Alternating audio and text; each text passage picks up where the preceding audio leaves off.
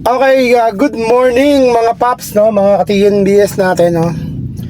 Ito, no, mag-vlog tayo ngayong umaga. Ngayon ay Friday, no. May bagyo at maulan. So, ito. Hindi ako makapagpigil dito sa mga nakikita kong post ng mga kasama natin TNBS driver, no. Na nasususpend sila, no, na iba nga permanently ban eh. Ako, ito share ko lang din sa inyo nung time na ano rin ako dito na kumbaga na-suspend din ako ng parang half day, no, kalahating araw kasi tanghali yun nung pinasukan ako ng booking. Tapos ganito, hinatid ko doon sa mismong area, kaya lang doon sa may bandang Alabang ba yung hotel doon na sa may viaduct. Siyempre, pag ikot ko, nagkamali ako ng ikot kasi may barikada dun yung blocks ng semento na hindi ka pwede makalampas kasi yun lang dadaanan mo. Yung hotel nandun sa kabila. So, sabi ko dun sa pasahero, ma'am, dito na lang kayo sa kabila kasi hindi na tayo makakapasok dun. Kasi kung iikot na naman ako. Kumbaga, nagkamali lang ako ng ikot, no? So, ibig sabihin, layo ko dun sa drop-off, ito lang tsaka yung tapat na yan, siguro, more or less, 50 meters lang yung layo ko dun sa mismong drop-off. Alam mo ginawa sa akin ni Grab? Hindi na ako pinasukan ng booking, tapos bigla na lang akong pinadala ng message na track daw niya ako na nagkaroon ng fraudulence, fraud na isipin mo fraud na yon, 50 meters lang yung layo ko sa drop off, di ba? Nasaan yung justice doon? Tapos doon tawag dito, dapat kasi bago ka nag-suspend ng ganon, nag-fraud ka, muna, parang tinawagan mo muna yung driver na, partner driver, bakit hindi ka nag-drop doon sa tamang drop off? Sana tinanong mo muna. Di ba meron pa naman tayong senaryo na yung pasahero minsan malayo pa, mga 100, minsan nga 1 kilometer pa yung layo na, ay kuya, dito na lang po ako kasi may nalimutan po ako, bibilin lang ako diyan, di ba? Doon na siya nagpapadrop. Di ba? Ayun ang problema sa sa Grab, no. Yung parang siya, bias di ba? Bias. Kumbaga parang papakinggan mo lang yung yung sitwasyon. Kumbaga parang papakinggan mo lang yung kabilang side. Halimbawa, may pasaherong nagreklamo sa'yo na ganito ka, ganito ka. Tapos, di ba, isususpend mo agad, ibaban mo agad. Hindi mo man lang iniisip na, tingnan mo, isipin mo yung driver na, baka mamaya yung driver, boundary hulog yun, di ba? Sinuspend mo ng isang araw, permanently ban mo, paano na yung kinash out ng driver? Loyal pa naman yung driver sa'yo. Sa'yo lang bumibiyahe, walang ibang platform na binibiyahihan. Diba? Sana man lang bago ka mag-suspend, bago ka mag-permanently ban sa partner driver mo, tawagan mo muna, ipatawag mo muna sa opisina, o kaya para hindi maabala, i-video call mo ng messenger, diba? May messenger naman tayo sa korte nga, diba?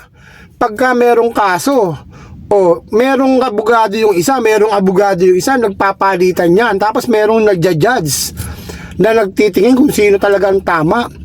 Tapos kayo, reklamo lang ng isa doon na customer, permanently ban nyo na agad yung partner driver.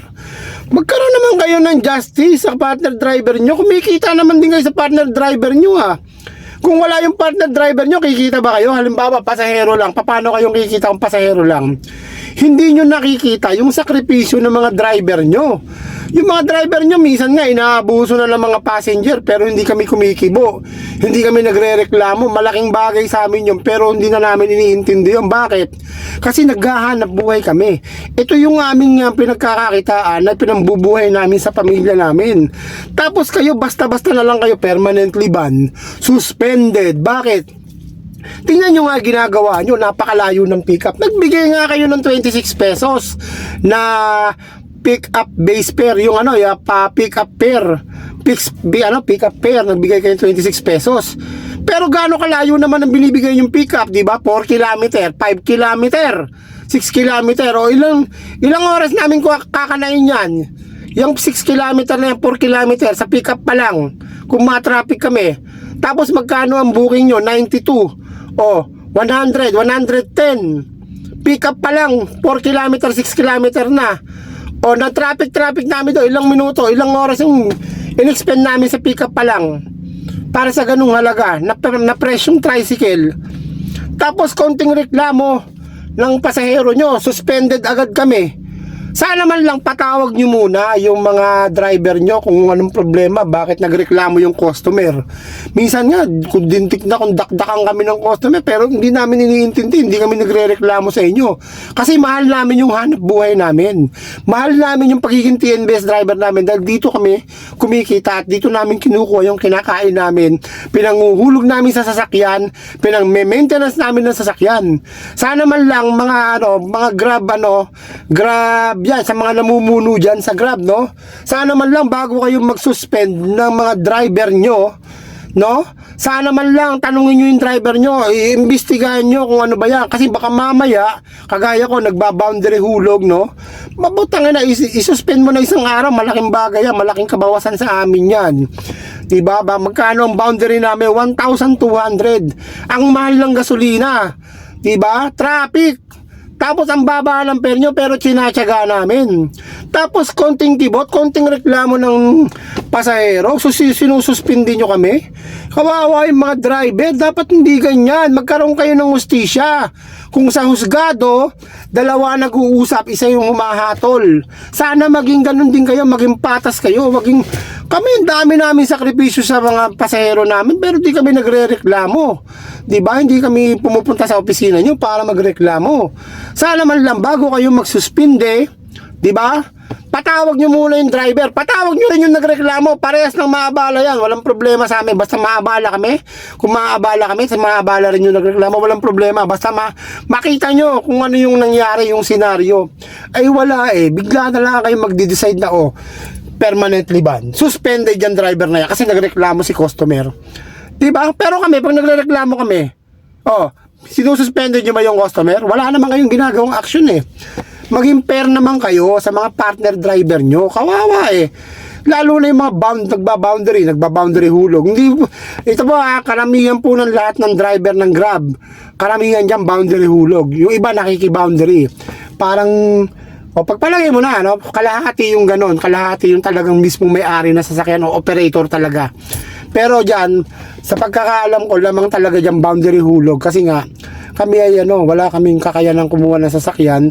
Kaya kami ay nag-boundary hulog sa tao lang. Sana mapakinggan to ng Grab na bago kayo magsuspinde, dapat alamin nyo muna yung nangyari, alamin nyo yung senaryo. Patawag nyo yung driver, patawag nyo yung nagreklamo. Hindi yung basta-basta kayo nagsususpend. Grabe, ang sakripisyo namin bilang isang TNBS driver ay sobra-sobra. Minsan nga inaabuso na kami, daan kami sa drive-thru. Minsan dadaan doon sa kanto, wala namang multiple drop. Pero hindi kami makapagreklamo. Bakit? Kasi pag nagreklamo yung customer, alam namin kami yung tatamaan, kami yung lugi. Kaya kahit na abuso na kami sobrang pagtulong namin sa pasahero, binubuhat namin yung mga dala-dala nila sa magkanong halaga lang na pamasahe, presyong tricycle. Sinasakripisyo namin yun. Pero kayo, anong ginagawa nyo? Konting kibot, suspended. Konting kibot, konting reklamo ng pasahero, ban agad, di ba? Bago kayo mag-ban, sana magkaroon ng hustisya, Ipatawag nyo yung nagreklamo, ipatawag nyo yung TNBS driver na inireklamo. Yun lang ang pahatid ko sa inyo. So ayun, sa mga sana ikalat nyo to para makita nung ng Grab company, Ako talaga, ito, ang dami yung katiwalian eh. Pag ako dito na suspend sa Grab na to, meron akong ibubunyag talaga eh. Na ewan ko lang, kung malakas kayo sa LTFRB, siguro hindi kayo matatanggalan ng o kung pera-pera lang ang ginagamit nyo, siguro hindi kayo mawawala sa TNC. Pero kung tutusin, talagang meron kayong kumbaga yun lang masasabi ko, ayoko na magsalita. Kaya ang parating ko lang talaga sa Grab management, gusto ko lang na maging fair kayo, huwag kayong maging bias. Bago kayo mag-suspend, bago kayo magtanggal ng partner driver nyo, pagharapin nyo yung dalawa, pasahero at yung partner driver nyo. Nakaka-high blood tong mga itong Grab company na to eh. So yun lang mga paps, at magandang araw sa inyong lahat at mabuhay kayo. God bless. Kung gusto nyo pa ng mga ganitong klaseng content, don't forget to follow, like, and share. Maraming salamat.